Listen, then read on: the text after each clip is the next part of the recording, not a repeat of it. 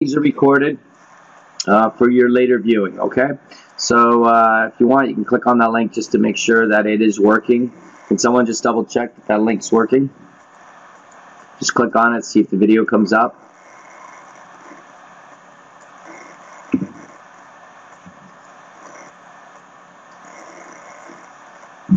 Anybody? Good. Alright, good stuff. Alright. Okay, so you can watch that video later. That's the latest video. You can see the series of videos. Subscribe. Yeah, I saw that. Great. And this will allow us to review the information we cover in our classes. Okay. 1 second. Just so at the beginning of our calls, usually I get a couple of texts or emails from students that are new to getting in, trying to find their way in. So if I just go quiet for a second, I will let you know that that's the reason why. Okay.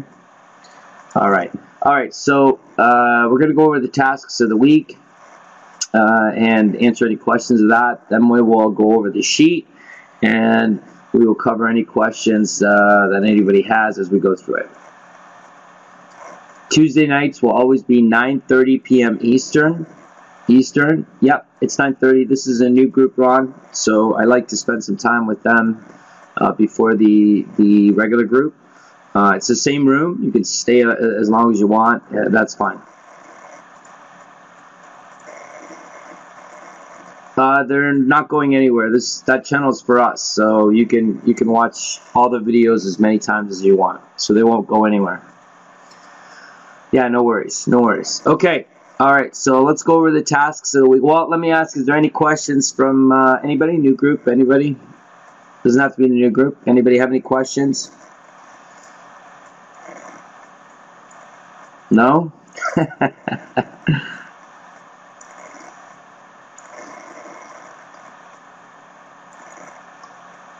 Oh, I'm a little bit not, what's the word? Facebook, it's not something I really got into. What I can tell everybody is obviously you can reach me via email or phone or text, and obviously we have our Tuesday night meeting. So I will from time to time talk to people on Facebook, or if I email you, just to maybe post something on Facebook to post it to the group. Okay. We have a few Facebook posts, a few Facebook book groups, okay? All right, let's go through tasks of the week, real simple. Okay, so we have, first task, create and separate email. Most of you have done that, all right? We're really separated from our personal life. That's really the key here. You receive an email, respond within 24 to 48 hours.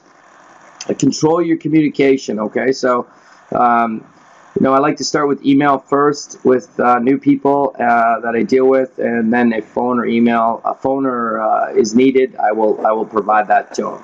Okay, so you want to respond with these in as quickly as possible. 24 to 48 hours is fine. Weekends and holidays obviously are an exception to that rule. Okay, this is also the email we want to use on our business card.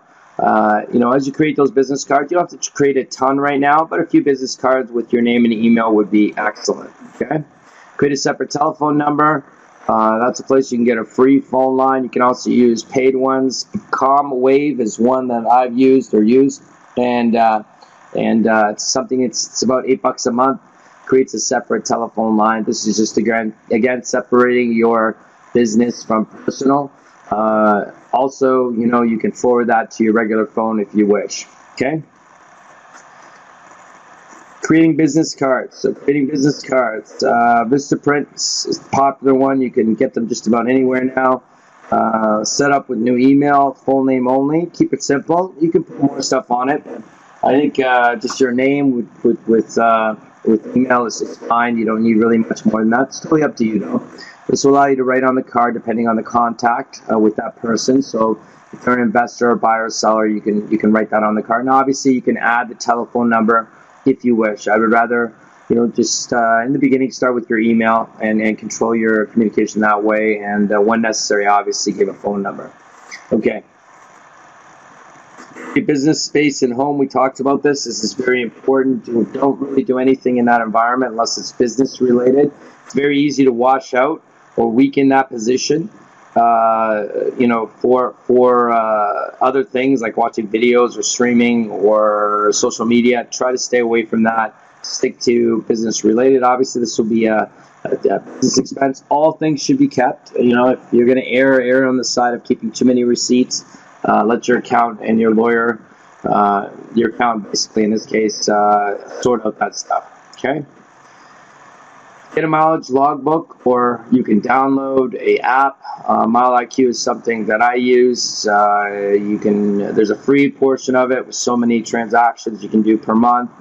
Paid one will open it right up, and you'll be able to track all your movements. It really is pretty cool, actually, because anytime you get in a vehicle, whether you're driving or not, it logs it, and then you add in there what it is, if it was business or personal, and what it was. Okay. So, any questions about those tasks? You good? Let me share some files. Okay. So, tasks for the week. Okay, so the document right there I posted up, you can download it by clicking on it. If you're on a cell phone, it won't work, unfortunately, but you can download the tasks of the week there. Yeah, Traz, there it is right there. You can just click on that. Okay, also, this is the new updated version of that sheet that I gave you. It's got a password on it. So please, the reason I put the password on it is so if you're new to it, you might click a file that you shouldn't be clicking. In 1 second. So let me add that file. Oops. Let's add, give me 1 second.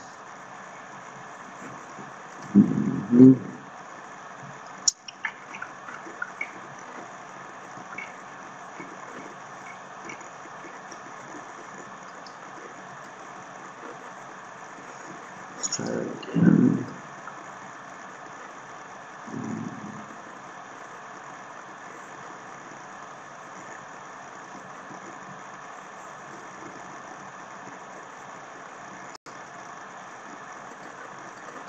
Okay, so uploading the file now. You'll be able to, there it is right there. So mod cash flow sheet V2, version 2. Just click on that. The password for that is 123, okay? 123. If you need to unlock the cells for any reason. So can everybody download those files? Can someone just tell me that they downloaded and tested it and it's working fine?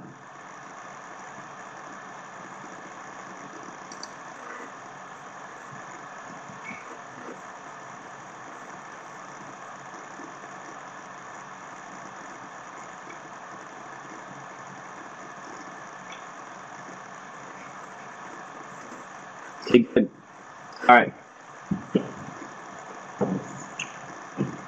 Yeah, you can't do it on a cell phone. It won't let you download those files. So if you haven't received them, send me an email. I can send it to you. I'll post them every week. So this is just an updated file I want you to use moving forward. I'll continue to make modifications based on the needs of our group. So remember, the password is 123. Okay, because there's cells that are locked if you have to unlock those cells.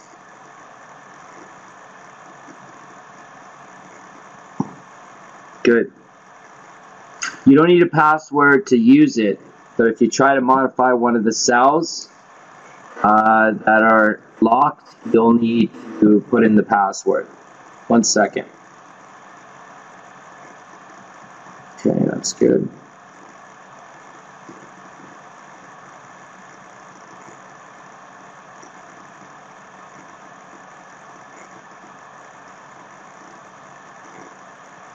Okay. Okay, so are we good? I'm going to open up the sheet now and go through it with everybody. Any questions before I do that? I'm going to be sharing my screen. Okay, here we go.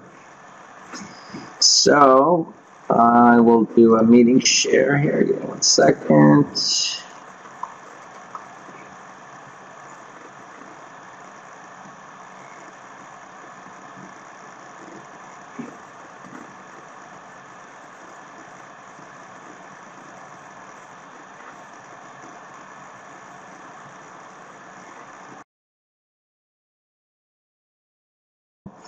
Of how the numbers work. Okay, so we have a property. It's 1.7 million. This 60%, I don't want you to worry about. It's actually because it's rating that based on the numbers against the value. I'll come back to that. So don't worry about the 60%. Okay, units 35.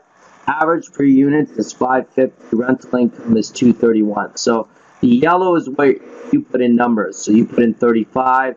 It'll calculate. Go 25. It'll change that number. The rental income is something also you put in. So you could put in 50, right? And it would give you the rental income per unit. So it's just taking this divided by this to give you that. Okay, the white is not something that you can change. Okay. All right. So let's go backwards here for a second. Let's go back. And let's make that big again. Okay. All right. So this is trying to give us the gross income of the property, give us a better understanding of where the money's coming in and how it's coming in. Okay, so real simple. If there's lottery income or other income, this is how we would input that information. Okay, we just put the money there. Vending machines were producing 5,000 a year. It would give us an amount per month, average per unit, apologies, and it would also give us an increase in the income. Okay, this one had laundry income. Control Z. So that's why the information is there. Parking could be something, and other, if there's some other revenue source. Had one property where it was actually marketing, advertising on one of the walls. Okay, so come down here, we see taxes. So just, again, standard stuff. You put the information here. It breaks down your monthly breakdown and the percentage of revenue that's being taken up by that particular expense. As we go down, we can see insurance, water, electricity, gas, snow, garbage. That'd be removal. Utilities, heating, water, water heater. If there's a rental unit that you're using, you want to put that information there. Other extra costs that you are specific to that particular property. You have maintenance and management, which are here. If there is no maintenance or management cost, right here, what this does for you is it automatically gives you a minimum of 5% vacancy. Maintenance is minimum of 10%. Apologies, 5%. Management is 10%.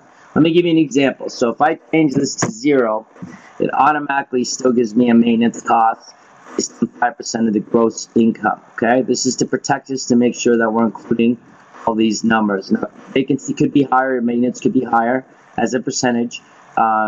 Based on the market that you're in, that's fine. We would put an additional amount in there, okay? But you can see that this is all adding to the expenses. So when we look at this, the expenses come out to $92,000 is the cost. The monthly is broken down right here, $7,734, and we see that it's 38% of the revenue, okay? When we come back here, we said net operating expense is going to be $93,000. That's 38% of the gross income. Net operating income is $146,000. This is 61% of the gross income. Now, typically these are going to be closer to 55-45. If your expenses go above 50, 60, the property is not going to be something that we can keep. Doesn't mean we can't flip it or something, just means the expenses are high. It might be an opportunity though for us to do and manage that better, but we would want to know that up front. Okay, 1 second. All right. Okay, as we come down here, we see financing. You see this in green, red, and yellow. So when a property is 5 units or more, it's going to be considered commercial for most lenders. So 65, 35 is usually the split. Give me 1 second. I locked that cell. Where are you? That's Oxford in here. Look at me. I'm so old school. I'm so used to the original Excel. Okay. Okay, unprotect sheet. There we go.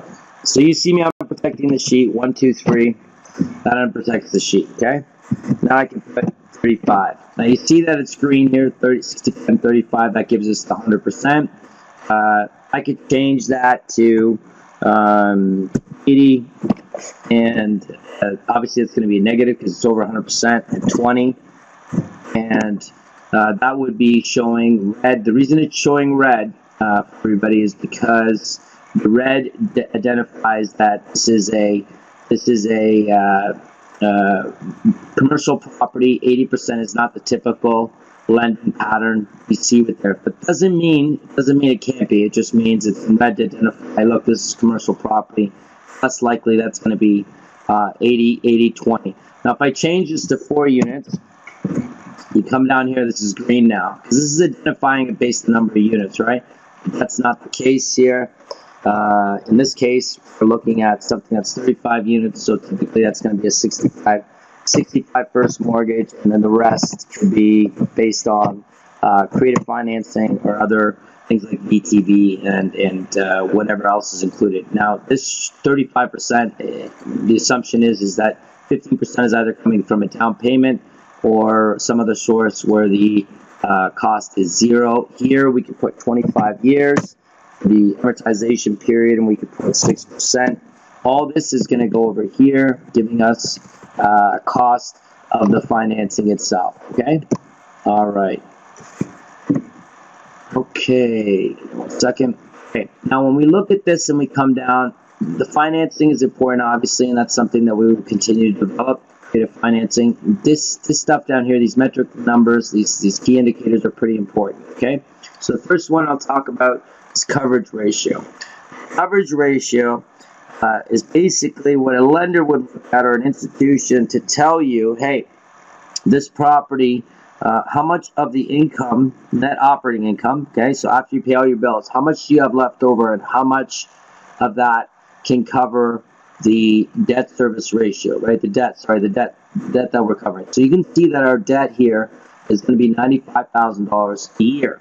This says, hey, you know, how much do you bring in? Can you cover that debt? And net operating income is 136. That's after we pay all our bills, but not our financing.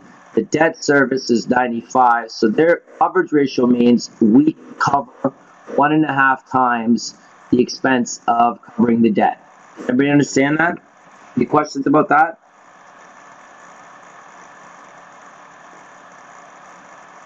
Everybody clear? We're good?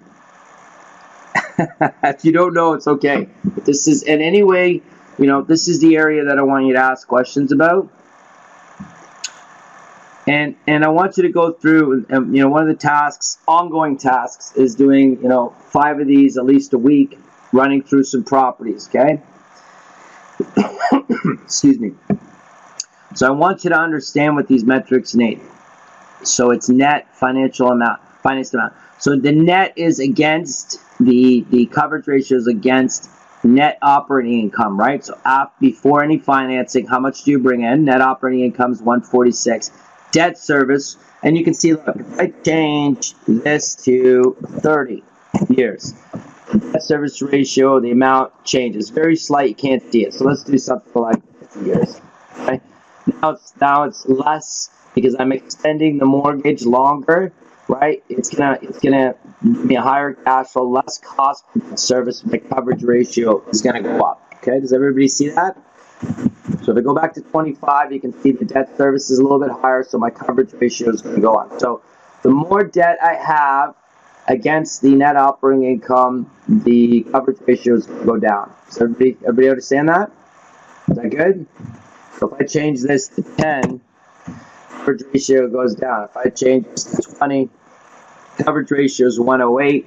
Let's go 21, see if it gives you a balance. So you can see that we're almost a 1-to-1, right? We're bringing in enough money just barely to cover one time 0.06. We can just cover the debt service. Now, banks don't like to see that, or institutions don't like to see that really for viability. They'd like to see a 1.2 ratio. Let's go to 10. So 138 is great. This ratio, this thing is a little too high. I'm seeing a 1.5 makes them feel good. You can cover the bills on this property, okay? All right. So cash on cash return. Let's look at these right here, okay? Cash on cash return is 15%, which means what? Well, it says here that we're putting 15% out, okay, of the property.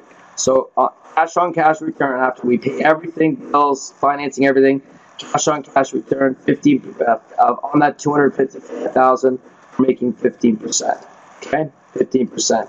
If I change this to 30, and I was only putting 5% down, you can see that the cash on cash return goes to 5 based on the amount that we'll be making. Give me 1 second here. I want to check that. 5.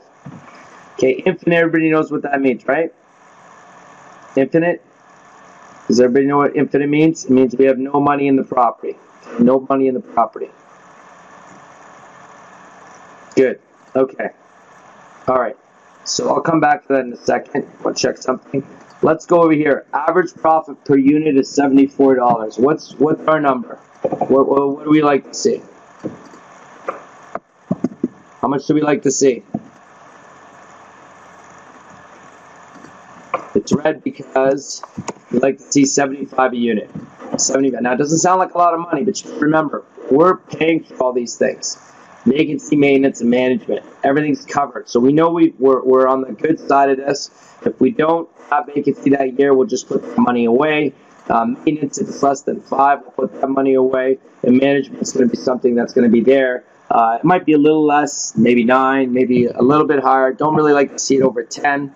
10's fine. Management's management. So $75 a unit is good. It's actually good. GRM, gross rent multiplier. We've been talking quite a bit about that on our calls. Gross rent multiplier, GRM, gross rent multiplier, is a quick way to calculate, the viability of a property. Is it a good property? Can I make something happen with it? So, I want you to use GRM to look at a property and see, quickly based on the gross income, can I make money? But you still got to run the numbers on every property, okay? Every property must be run. The last video we did covered GRM, cap rate, pretty extensively. We'll continue to talk about that because those are important metrics. But that video covers a lot about what GRM is and how it works, okay?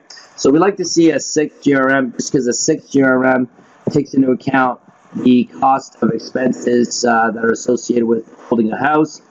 So the higher this number, the less appealing it is, the lower the number, the better, okay? Current cap rate is 8.6%. We'd like to see 10.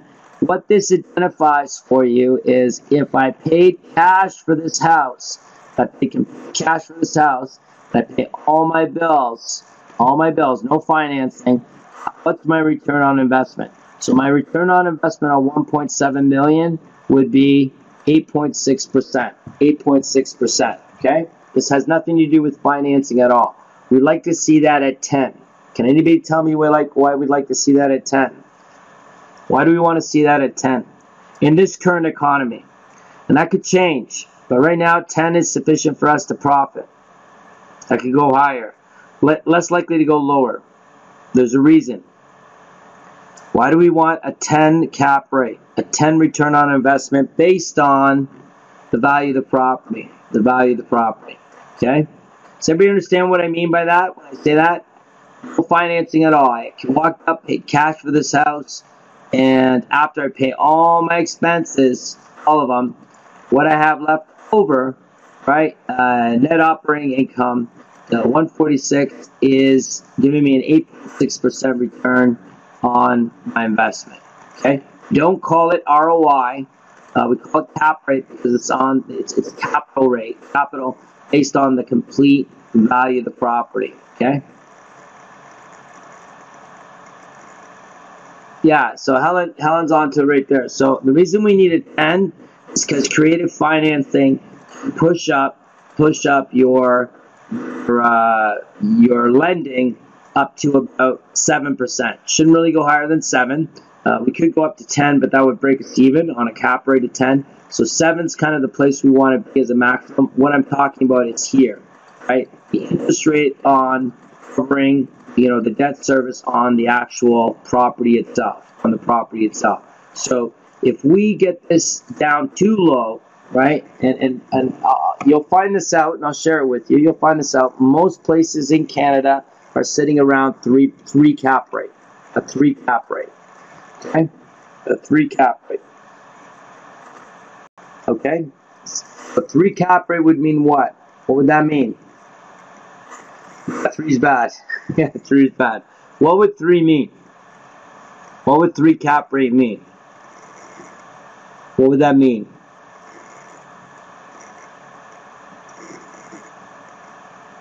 You could tell me what a 3 cap rate would mean. 3% back for your money. Yeah, basically that's it. So 3% is, we'd be only getting 3% on this. If we paid it completely off, we'd only make 3%. So you can imagine if you had any financing whatsoever, you'd be in trouble.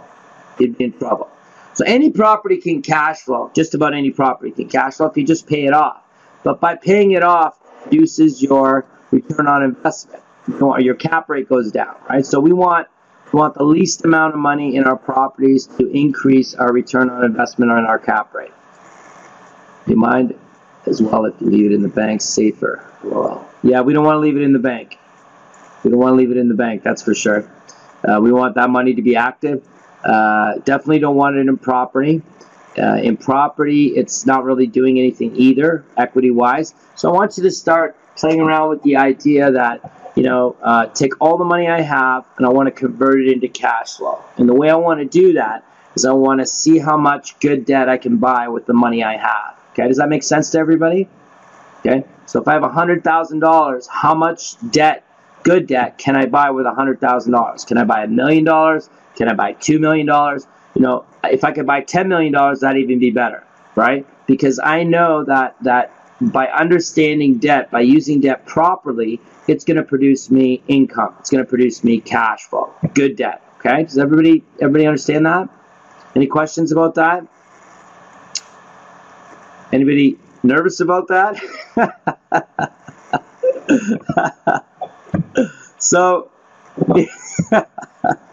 you want debt. You do want debt. You want good debt. And this is the thing. If you're not good at doing it, what you're doing, right? Investing, they're not going to give you debt. You have to be special to get, 10, 20, 30, 40, 50, $100 million worth of debt. You got to be special to be able to get that debt. And the way special would mean that you can profit and also profit others by taking their money. Okay, so debt's a good thing when we use it properly. Obviously, when we use it improperly, that's not good. And that's more to do with assets and liabilities and acquiring things that produce you wealth. That being said, is it okay to have things that don't produce income, liabilities? Yeah, absolutely. Your house is a liability. Your car is a liability. Your second, cottage, your cottage home's a liability. It's okay. Your boat's a liability. Kids can be definitely financial liability. Obviously, they have some upside, more upside than downside, or we'd be in trouble, for most of us at least. So, this is something that I want you to embrace. The idea of liabilities is a good thing, but you have to have the income to supply the lifestyle. Okay, so this is how we do it. We find properties that produce income, make us money, so we can live the lifestyle we want. A cost per unit, I don't want you to worry about. Okay, don't even worry about cost per unit.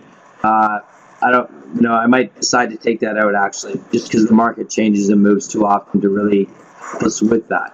But you'll be surprised if you do a 2-unit Like watch, if I do this to 20 units, if you go cost per unit, it goes up to 85,000. Basically, each unit is costing you 85,000.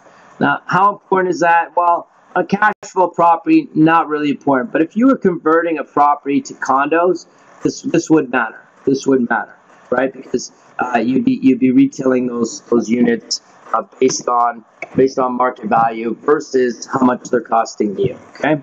Coverage ratio we already talked about. Does anybody have any questions about coverage ratio? You can see that we want to see the 1.2, which basically just means your coverage, your money covers 120% of the cost of having any financing. Okay, any financing. Okay, give me 1 second. Just want to check something real quick. If there's any questions, please let me know.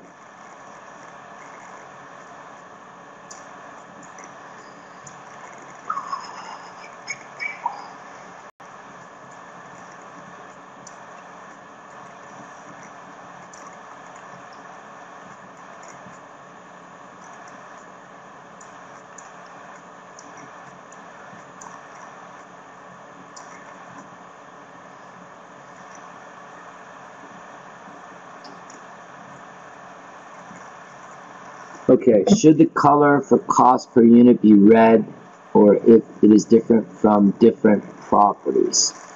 Cost per unit, you know, it's too challenging really to use that in a cash flow situation. Not so important. It's going to be different from city to city. I really don't want you to worry about unless we're talking about condo conversions, right? Then we can look at that number and it'll matter to us. Otherwise, it really isn't a number to worry about, because yeah, it'll fluctuate based on where you are. The key is obviously, I mean, the higher the cost per unit, typically, not always, but typically the less income you're actually going to walk away with, just because each unit's costing you more. The income needs to be higher on it. So as a rule, you know, the higher the cost per unit, the less money you're going to make. I just changed the units, right, to change that number. Right, so if you go to 20 units, okay, look, this obviously this goes up because I'm only at 20 units. Now that looks bad, right? And it would be bad if the income number changed, right? But the income number didn't change. But if I take that back to 35, it's only 550 a unit. Well, if I did only 20 units of 550, that'd be a serious problem, right? If I did 20 units and I change, and let's say they were all 550 still, so we go 20 units times 550 times 12. Now it's 132,000, and now you see your cap rate is collapsed. Your income is now 200 loss per unit. Does that make sense? So although this number, this metric, I don't want you to worry about, it does give you some indication of profitability, but it's something that really is not as important unless you're talking about condo conversions and stuff like that. Then it becomes more important. Does everybody understand? It's more of a number that you can use when you're looking. If you're grabbing a duplex and you figure out that each duplex is costing you $350,000, you know, that's going to be a challenge to produce income from that, because as a rule, in general, we only, we're looking for 1% per month against value. So a $350,000 property, I'm looking for about $3,500 a month for rent, gross rent, right? $3,500. Obviously, I got to run the numbers, but when I cut up the expenses and stuff, I should be able to profit when it's 1% a month. You can also see the coverage ratio collapsed. This is not good for coverage ratio. The net operating income in this situation is $67,000. The service is $115,000, which means we're not bringing in enough money to cover the debt service. This is never a good situation to be in. This is something that we don't want. Okay, are we good? Any questions? Everybody's good. Everybody's getting this. No problem. We're good. This is excellent. All right. Okay. Now, this is the good stuff right down here. Now, based on all the actual numbers, the real hard numbers, right? Yeah, it's okay. You know, most people don't get it the first time. You run it a few times. We talk about this constantly because it's a big deal to be able to evaluate property. It is a huge deal. So don't panic if you're not getting all this. It's okay. There's lots of videos about it, and I'm going to continue to talk about it because it's that important, okay? The numbers make you nervous. Okay, you can, absolutely, and this is why it's important for us to do proper due diligence and run the numbers properly and go through them, okay? So here's the good news. After we've done this and we've ran the numbers, okay, this down here in blue actually tells us what it's worth to us. It'll tell you what the actual value is for us, so you don't have to calculate that. It's not a massive calculation, but what it does is it says, look, if this property at this price has this income, has these costs, you know, has this cap rate, you know, how much this is matter to it, how much is it really worth us? You can see that it says, look, this property is only worth $1,465,870. That's our maximum offer price. We can't go higher than this price. Okay, everybody see that? So it'll tell you what the price is at, what the property is worth to you. Okay, this is very important. Everybody see that?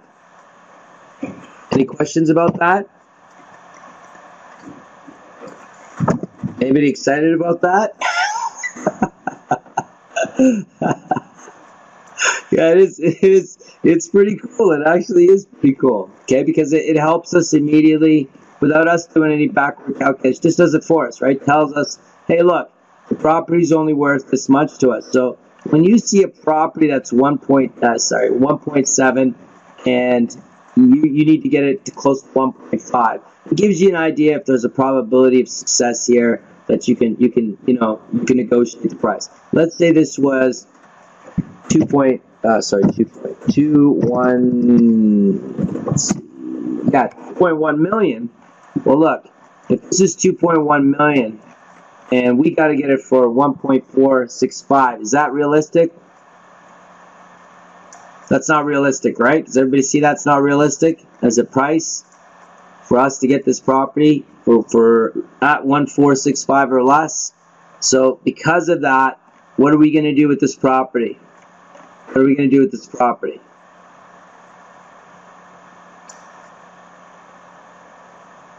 Anybody? So I'm offering 1.1 million and making money in Dubai. You would want to, yeah. We walk away, yeah. When it's this deep, it's better to walk away. Yeah, just next. You know, it's not even. And what advantage does that give us? Yeah, you chuck it. What advantage does it give us? Well, you know, we don't waste time. This is a property we haven't seen. You know, we don't want to go see this property before we run numbers. Now that we've run the numbers, is there any reason for us to go see this property? There's no reason at all for us to go see this property. Yeah, there's no reason at all for us to go see this property. So let's not waste time. Let's get on to the next property. So once you become efficient and you understand, you know, and you'll get used to this, believe me, it'll take a little bit of time, and we're here to support you to make sure you do. Once you start running numbers, you can run numbers relatively quickly. Once you get the numbers, you know, really, what does it take you? 3 minutes, 5 minutes maybe to figure out if you have an opportunity? Clearly, in this case, we don't. You know, it's not going to work out for us. Now, let's pretend it was 1.7. Let's pretend it was 1.6. Right? Now look, you know, 1.6, and I get to get 1.465. That sounds like a good shot. A good shot at making this work. It's a cut. It's a discount, but it's not so far away that it's impossible for me to make it happen. Okay, so let's look at down here. So same thing, 65-35 first mortgage, second mortgage. You know, we can create the financing any way we want to make that work. Go down here, gross income, total expenses, net operating income, expense ratio, net carrying cost, net income. Don't worry about any of this stuff, okay? I don't want you to worry about it. You get to it when you get a chance. More importantly is to go back to these indicators here, and we see that basically all our indicators are in green except this one right here, the GRM, which is slightly over 6. So right now, this property is in excellent shape for us to to move forward. If we go down here, we see the list price is 1.6. The value to us is 1.465. We go over here, first offer with VT. So here we see a cash offer, okay? Cash offer. Now, this is 64% against list price. So this is this, 64% of this. Everybody get that? I like to see these numbers a little bit higher. Totally cool with 85, 95. First offer is 85%. 85%, 78% of list, but 85% of this price. This automatically jumps 10% to 95, and that's with the VTB. Now, why would we want to give them a little bit more with the VTB? Well, we'd like them to give us the VTB financing. Help us out with the financing. We'll pay more. Now, this is pretty considerable, right? This is, you know, $140,000. So it's a big deal. So I want you to consider, you know, the advantage and how much more we can pay with financing than without that VTB. Okay, so when we go to here, we see, so this is the offer page, right? This is the offer piece. Okay, so we're saying, okay, so first offer, that's our cash offer. Second one, that's our VTB offer. We see that the principal, so this is VTB with interest and principal. So the VTB with interest and principal is 513. VTB interest only, still 513, but it's evaluating it differently, okay? So this is interest and principal, this is only interest. So term, both 5 years, 30 years amortization. Really doesn't matter about this because this is interest only, right? That's why the amount of years doesn't matter. We can put an amount of years if we want. We can put 20, 30, it doesn't really matter because you're only paying interest, right? And an amortization is really calculating how to pay off, or the time it'll take to pay off the whole property based on the interest rate and the amount. Okay, so in this case, you see that our VTB, we're offering 5% with principal and interest. We're offering 6% with interest only. Why are we doing that? Why are we offering a little bit more for interest only?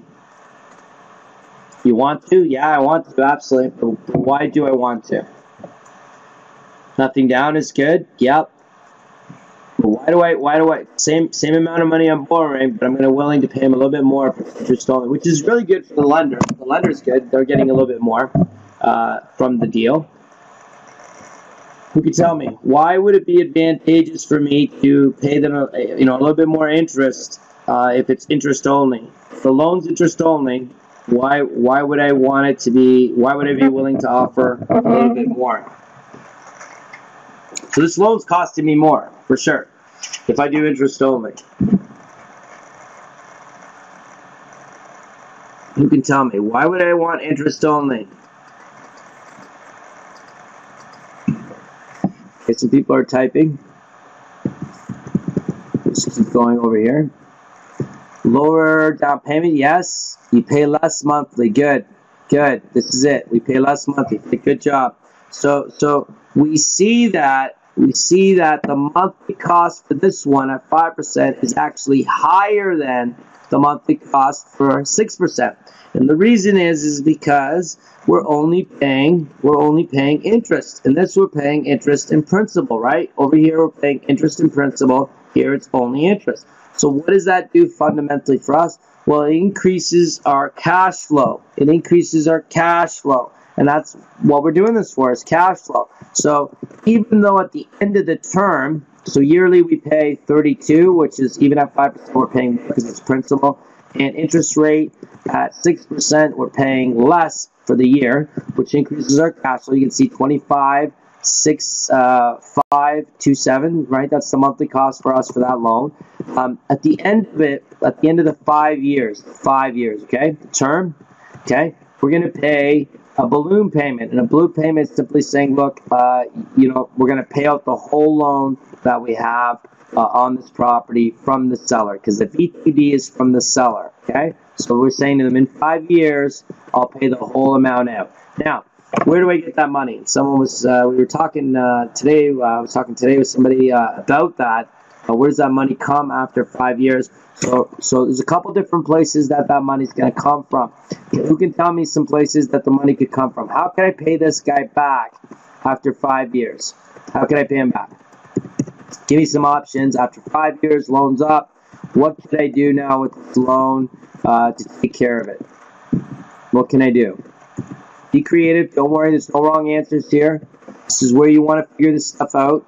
Okay? I want you to have fun when you're learning. Okay? Refinance. Excellent. Refinance. Right? One of the easiest ways to refinance.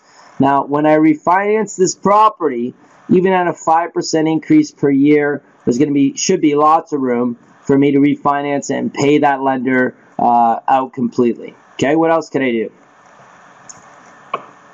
Good, Zach. That's excellent. Refinance. What else? Think now. 5 years have passed. What can I do? How can I pay them back?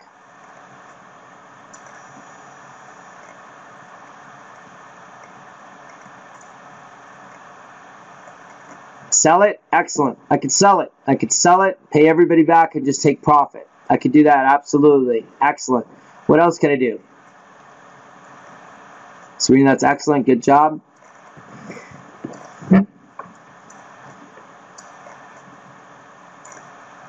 Just take a guess. It's okay. Rent to own. Well, it's a multi-unit. I could do that, Zach. I could change the structure of it. That's a possibility. It's pretty creative, Zach. You know, if the numbers made sense. Equity loan, good. I could do an equity loan against the property and pay it that way. Excellent. Raphael, excellent. What else can I do? It's okay, folks. There's no wrong answer here, please. And if there is a wrong answer, I'll let you know. And I'd rather it be here than out there, okay? It's okay. This is where we learn. And don't worry if this stuff is going over your head. It's okay. It's okay. Yeah, we can extend the loan. That's absolutely right. We can go back to the lender. And most of these loans have an option to increase the term. So we say, let's go another 5 years. And if the person's happy with it, we've been good with the loan, why wouldn't they, right? A 6% return on $513,000, that's pretty good. It's safe. It's against the property. It's higher than average interest that the bank would be offering, and this person would have a challenge in getting 6% on such a secure investment. So yeah, this would be something we could extend relatively easy. Okay? Any questions?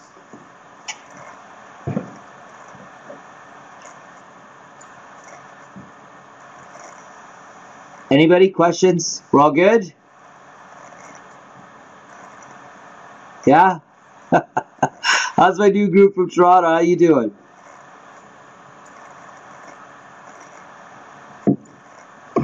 Toronto? Where are you? Are we good, Toronto? Present?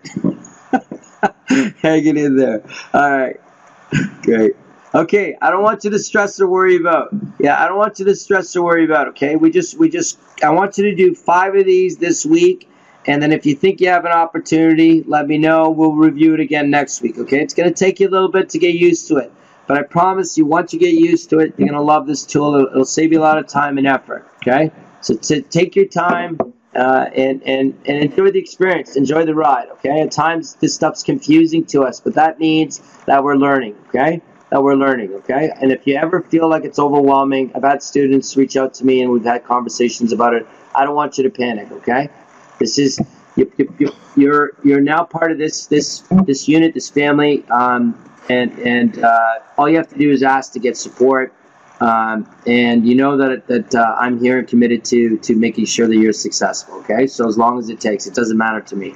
The main thing is that you keep pushing forward. A little bit of time every day, and not every day. Obviously, we want a couple days off, please. At least one day off of doing everything to spend that with your family, your friends, your community. It's important for us to reward ourselves for the efforts that we have and remind ourselves why we're doing this. I'm a little bit stuck in the financing overview portion. Thanks, John. Okay, this financing here, this part, is that what you mean, Zach? Okay, so let's look at this again. So first mortgage is typically a bank. Okay, a bank's giving us the first mortgage. second mortgage could come from a bank, another institution, a partner. I mean, there's lots of things that this money can come down. Down payment obviously can be whatever you want the down payment. So let's say that you come in, it's 80, and here you have no second mortgage, and the rest is a down payment. All this is doing is saying, look, 80% of the property value up here, the 1.6, is this 25-year period, 4% rate. Here's the payment that you pay per month. Per month, and total per year, and then the gross against your gross income. That's taking up 33% of it. Okay, so here the mortgage rates are in the 3.5 range. That's going to affect the cost. If there's no second mortgage, we'll see there's no cost there, right? There's no cost there.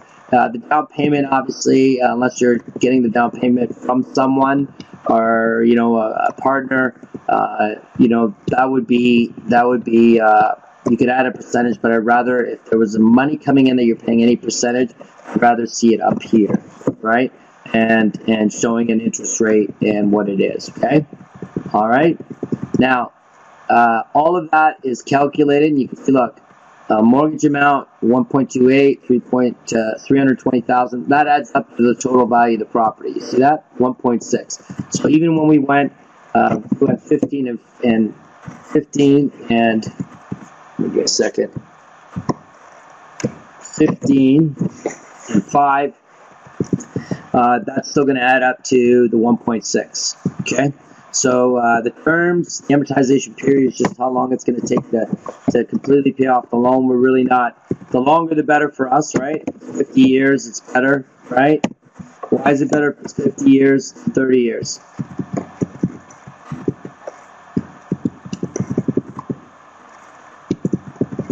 Anybody can jump in here. Why is it better for a longer period?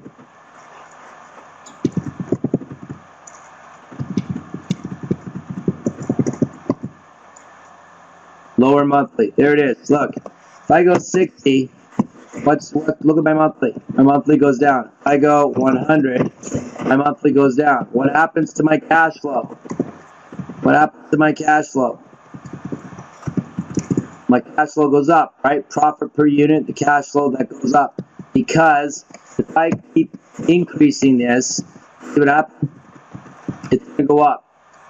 It's going to go up because the cost to me costs less. It costs me less to do that. Okay, we'll go back to 25 years. 25 years. You see what happened to my cash flow per unit? My cash flow per unit is 122, right? Everybody see that? It's 122. But if I increase this to 50 years, look, 176. If I increase this one to 50 years, 184. If I go 100, it goes up to 203, right? Adding this one to 100, goes up to 105, right? So everybody see the value of that. Do you remember now, the goal of this game is what? Holding a property is what? All about cash flow. All about cash flow. And if you also look, your coverage ratio is 2.4 now. Watch what happens when I go lower. It goes down, right? Because it's basically saying more money coming in from this property is going towards paying off the loan. We want that as low as possible. So what we do is we try to extend that as far as possible. Look, coverage ratio goes to 2.41. Add a little bit more, like extend a little more, it goes to 2.44. Does that make sense to everybody?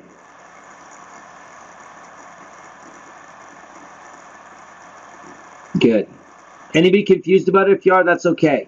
I love talking about this stuff. I have no problem going through it again. All these questions are great. And some when you ask a question, typically one or two people or more have the same question, or some haven't even thought about it. And so this is why these Tuesday meetings are so important to us, because those questions help everybody in the group excel. The ideal coverage is 1.2.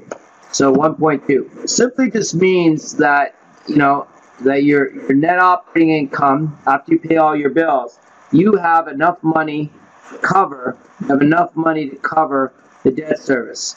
You know, how much it's costing us for the debt. And the debt in this case is costing us $60,000 per year, right? So, you know, we're bringing in $146,000 after we pay all our bills. After we pay all our bills, how much of that is going to be used up with our debt? You know, the debt that we're taking on.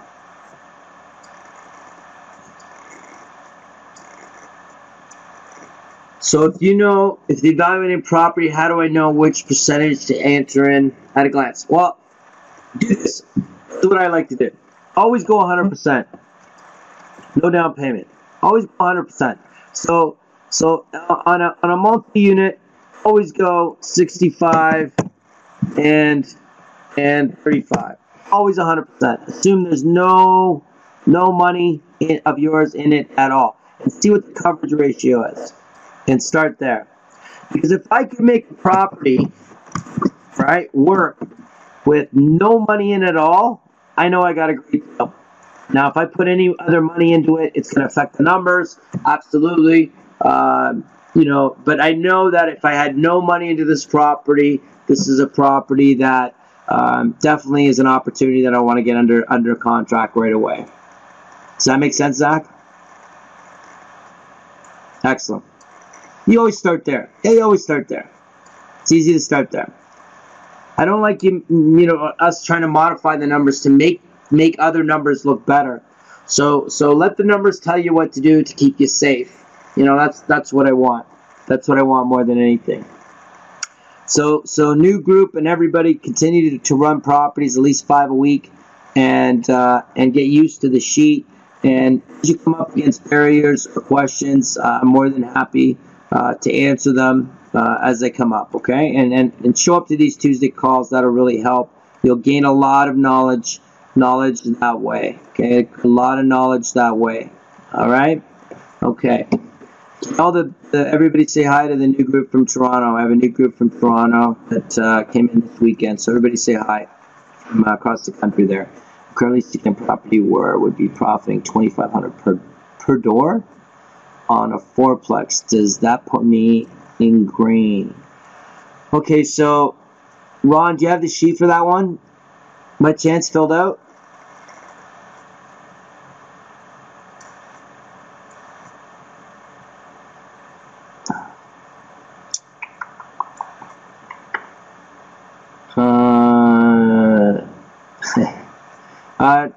Ron, you got that sheet?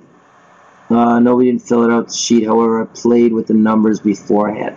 Okay, Ron, send me the numbers on that sheet, on that property, and we'll actually, I wish you had it right now. We'd review it together right here with everybody.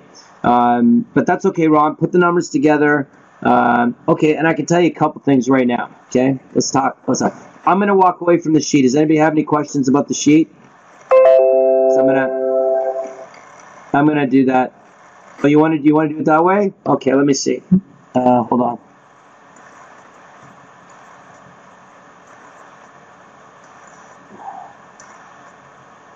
Okay, so let's do it. Let's do it right now. Does everybody want to see this property? Is this what you want to do with the rest of our time? Everybody okay with that?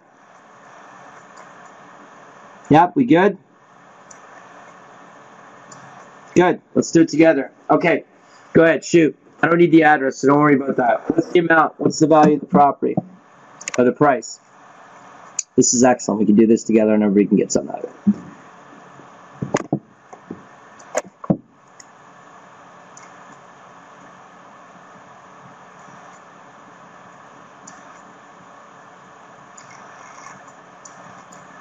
Okay, so property value is $595. Okay. 1, 2, 3. Okay, so let me tell you something real quick, okay, everybody. When you see $595 as your price, $595 is our price, say, or $600,000. Right away, first thing that should pop into your head is gross rents need to come in around how much? Who can tell me? What are the gross rents per month that I need roughly to make this work? It's not 100%, but it gives you a quick calculation. Who can tell me? Immediately when I see 600, there you go. Well, not 60K, not 60K quite, Richard, but I see where you're coming from. Think monthly, Richard. What monthly do I need per month? Remember what I told, remember I shared? Yeah, divided by 12. 1%. So 1% of that would be $6,000. So it'd be just over that return. It'd be about $72,000 a year. Okay, but that's just a general rule. Okay, doesn't mean that the property's not good if it's less than that. But if you see something with a 1% gross rent based against price, you know you're onto something good. Okay, typically you're on, but you still run the numbers. Okay, but that's just a quick rule. Okay, excellent. How many units? 4 units. Excellent. Okay. Gross rents. Gross rents are how much?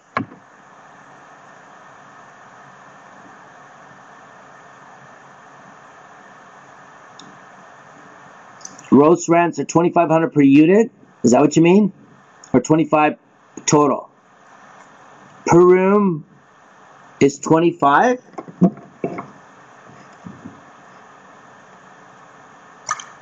So 2,500, really? Okay. Okay. That's 10 grand. That's 10 grand a month. Does that sound right to you? Is that what it's telling you, 10 grand a month?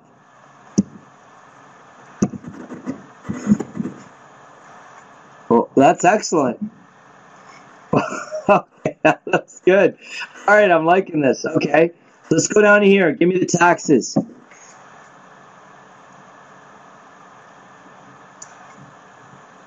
Okay, so Ron, that makes more sense. It's independent living individuals. Okay, semi-independent, so there's going to be some extra costs here. Yeah, all right. So Ron, you're telling us 5620. Okay, good. Insurance.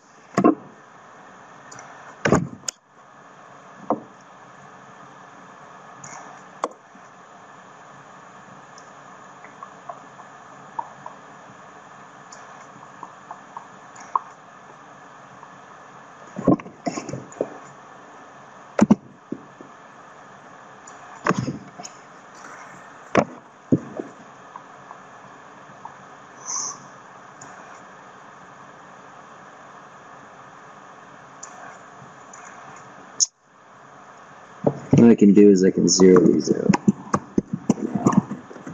So I'm zeroing out the cost right now as we go through this, as though it was an empty sheet, and we'll go through them together. Okay, so here we go, Ron. My total annual expenses before finances is probably approximately 18K. So this is what I'm going to do. So Ron, does that include, what do you got for maintenance? What do you got for management? What do you got for vacancy? Do you have any numbers there included in that 18K? Is that everything is 18K? So instead of going through all those numbers, I can work with that if you tell me it's everything though. If it's not, then that's okay too. I just need to know if 18K represents everything.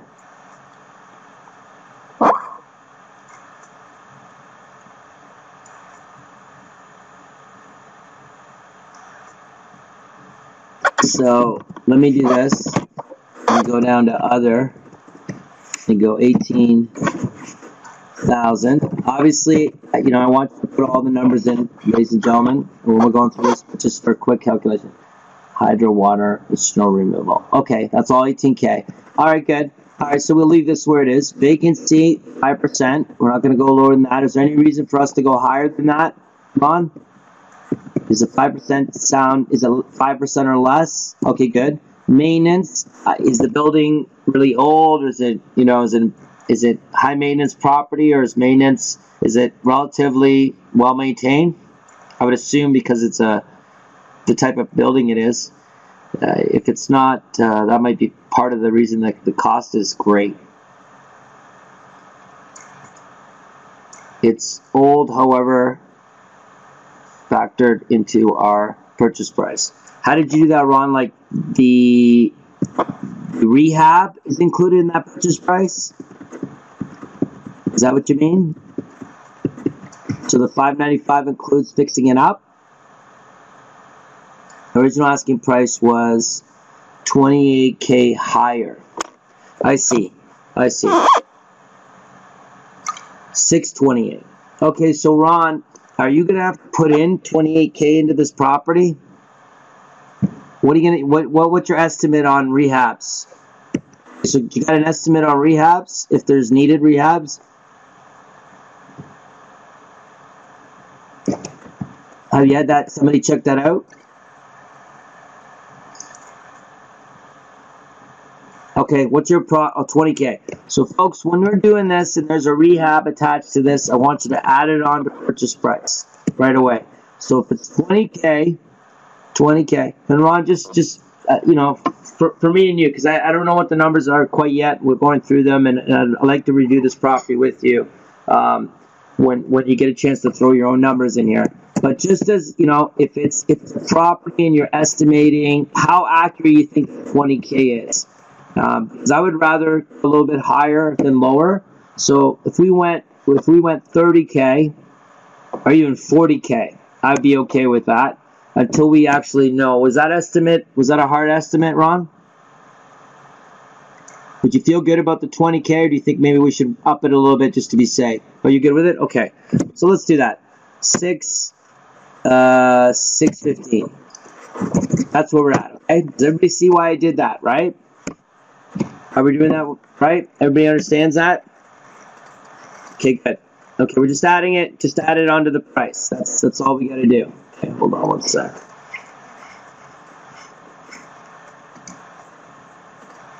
Okay, let's go back over here. Good. All right. Oops. All right. There we go. Let's go down here. Okay, so 18,000. Good. After this. Okay, so one quick question, Ron, is there any special license that you have to carry or hold to run this facility? No. Okay, that's excellent. Okay, good. All right, so when we come down here, so net operating expenses 35, love seeing that. Okay, net operating income is 65, that's excellent. We go to financing, because it's a 4-unit, we can actually get that under residential. Let's go 80-20. Okay, let's go 3.5 at 6. Say we get the other money from someone from their RSP. Let's be nice and give them 10. 3.5 first mortgage through the bank. So let's give them as high as 10. This is higher is better to start with. Let's see what happens here. Okay, all right. So coverage ratio is outstanding. What does that mean? It means we're bringing in double the amount it's covering us to cover the debt. And I've used 10% on that 20% because let's say we paid someone from their RSP, 10% to do that. So this is all looking excellent. Okay, we come back here. The cash on cash return is infinite because we have no money in. Average profit per unit is 809,000, which is outstanding. DRM is excellent. Current cap rate is 12.7. Now watch what happens because of this. Cost per unit. You see, cost per unit doesn't matter. It's 153, but it's 153 per unit. But we're bringing in the income to do it. Coverage ratio is 199, so it's excellent. Now watch what happens here. Remember, look. This is what we said we got into this property. So what is this property worth to us? Watch this. 780,000. It's actually worth 65,000 more than its actual list. This is outstanding. So Ron, let's put an offer on ASAP with this. Let's put an offer out ASAP on this property. Yeah, this is a great catch. So Ron, look, you see how the first offer is 522. It's taking the lower of the two of these and saying 522 and 584. And remember, Ron, the original one you came with to me was 595. Where are you with that offer price? See that, folks? Even though the price is over, we're still going to negotiate. So what now? You just pay asking? Well, even we'd still try and test it. Now in this case, let me say this. So Ron, in this case, I would rather you put the property under contract. Ron, let's put the property under contract, and we can work the price down from there. So just to share with everybody, there's two approaches we can take when negotiating. We can get a property under contract at list price, and don't even argue about the list. We just get it, and then once we evaluate the property, we ask for discounts there, right? Because it just doesn't work otherwise financially. Or we can attempt to negotiate that price first to test motivation and then get it under contract. In this case, where the property is, is in looks like in excellent shape, profit-wise, it's okay for us to, get it under contract just to get control of it. Does everybody understand, why we're doing that? We just want to get it off the market. Let's get control of it. Let's get it off the market, and we'll sort that stuff out later. Yeah, we'll sort that stuff out later. The other thing is, VTVs and other things. I don't know if you talked to them, Ron, about that. Have you talked about anything about VTVs, financing? Do they need to get the money and get out? Do we know anything about that? Just curious.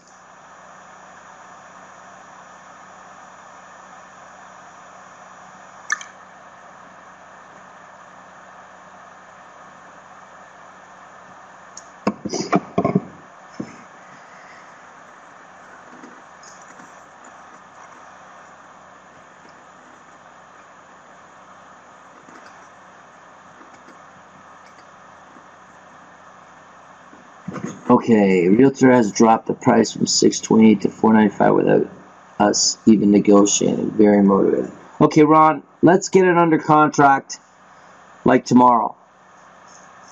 Let's just get it under contract tomorrow. One thing I want you to do though, Ron, is this. Talk to the realtor and just say to them, don't act too excited about it, obviously, right? We don't need to, tip the hand. But Ron, just say to the guy, I'm putting an offer together. Talk to my partners, numbers look like there's something we can work with. I'm just wondering, what price do you know absolutely they'll take? Will they take $595, $485, $465? What do you know about this deal? And Ron, see if he'll tell you something about, where the seller is and how much they're ready to move on this property, okay? Other than that, whatever he gives you, Ron, obviously, as long as it's not over list, let's get it under contract. Okay, so after we analyze the property, looks good, great. We talked to the owner, asked to put it under contract with all our conditions, exit strategies in order to get it off the market, protect ourselves. Yes, that's right. That's exactly it. That's exactly right. Well put. That's exactly right. However, the building is fully tenanted. We have already done all of that. Good. Toronto, does it seem too good to be true? Well, we're going to find out, right? That's why we do due diligence, right? But we don't want to bog ourselves down with it, anything until we know for sure. Get it under contract, get it off the market. So that's great, Ron. That's great. Okay, what is motivating the seller, Ron? Do you know? Yeah, that's a good question. Do you know what's motivating him? Just curious. Is it time or money, or both? I would guess both.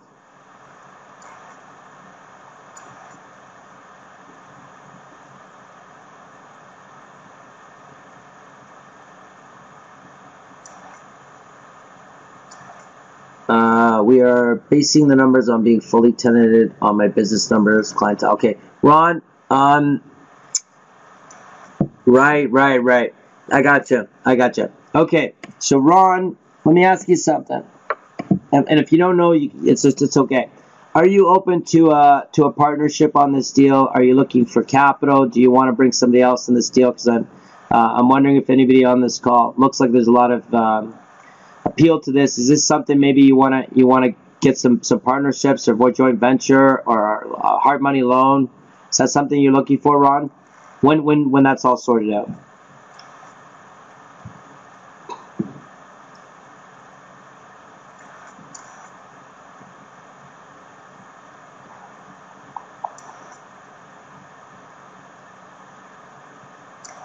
Just so for everybody's sake, I've talked to a few of our students in this group, and they are open to joint venture. They are sitting some on capital and are looking to work with somebody on a deal.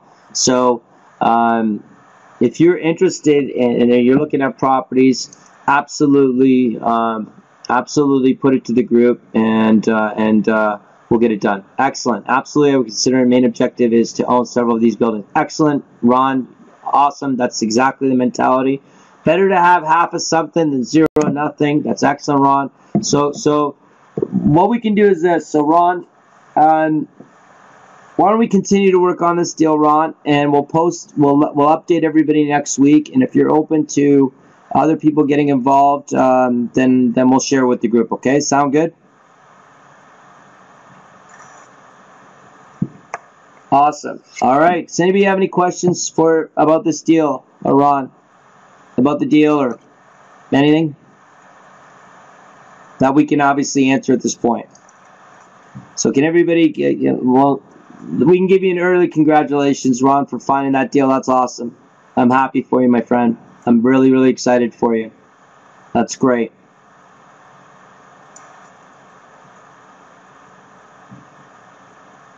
Yeah, it looks excellent.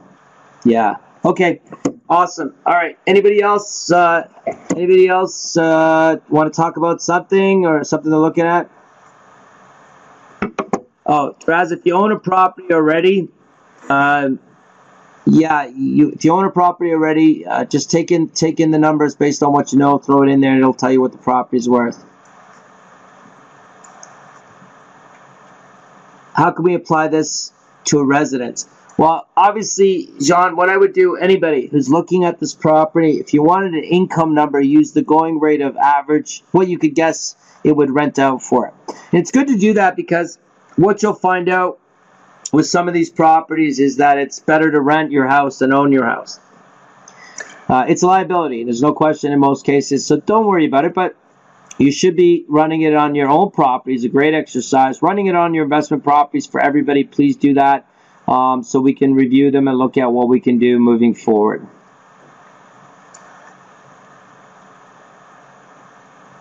Yeah, right. Okay. Any other questions? We good? All right. So you know what? I'm going to wrap it up a little bit early tonight. My Toronto group, congratulations again for joining the family. If you need anything, reach out to me.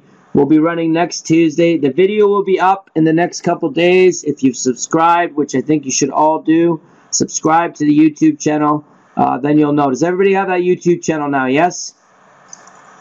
You didn't get the link? Okay. Here, hold on. Let's do that.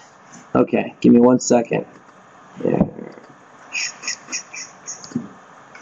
Okay, let's do this. All right.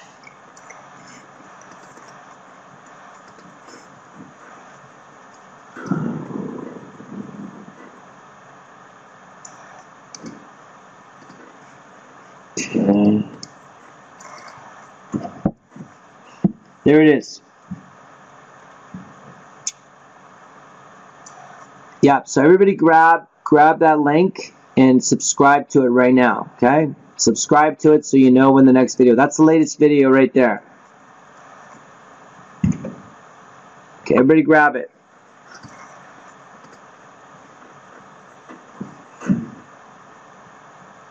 Okay?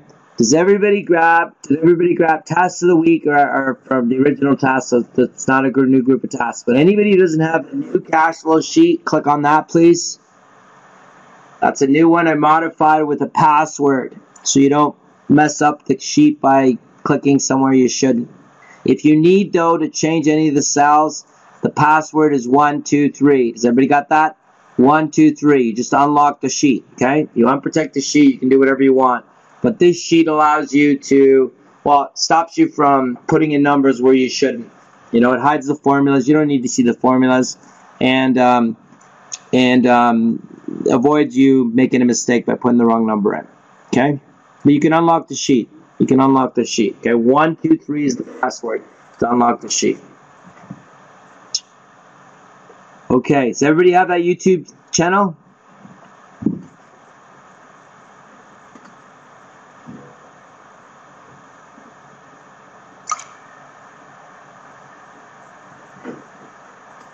We good? Anybody have any? Give me 1 second here. Where's it going? Okay, good. All right. Subscribe to it right now, okay? So you'll know where it is. That way you'll know when the new one's up, okay? Okay. I'm going to wrap up. Wait, should I keep coming to your Tuesday class? Yes, taking the Momentum class now. So if you're going to Momentum right now, stay in Momentum. The new Momentum's gonna start in the new year. The one that the Momentum has already started. It's gonna run for 6 weeks. You just keep coming back to the Tuesday calls when you're not taking class. I want you to go to Momentum though. Okay, I want you to get things. But you can absolutely know that the Tuesday call will be here, and this is why I want you to subscribe. If you go to the, to any classes during this call for us, you'll be able to see what we covered. You got in the class today? Good. That's good. Okay, Joseph. So for that. I want you to stay in that, Joseph. You can always come back to this. Everybody knows this. Next year, I mentioned they're probably going to want to charge for this particular thing that I'm doing. I want to let everybody know there will be no charge to you ever, okay? This will always be here for you. And I made that commitment to you that I'm going to get you to where you want to go. It'll always be available, okay? So I don't want you to worry about that. Anybody to worry about that. All right. Any other questions? My pleasure, Karen, for real.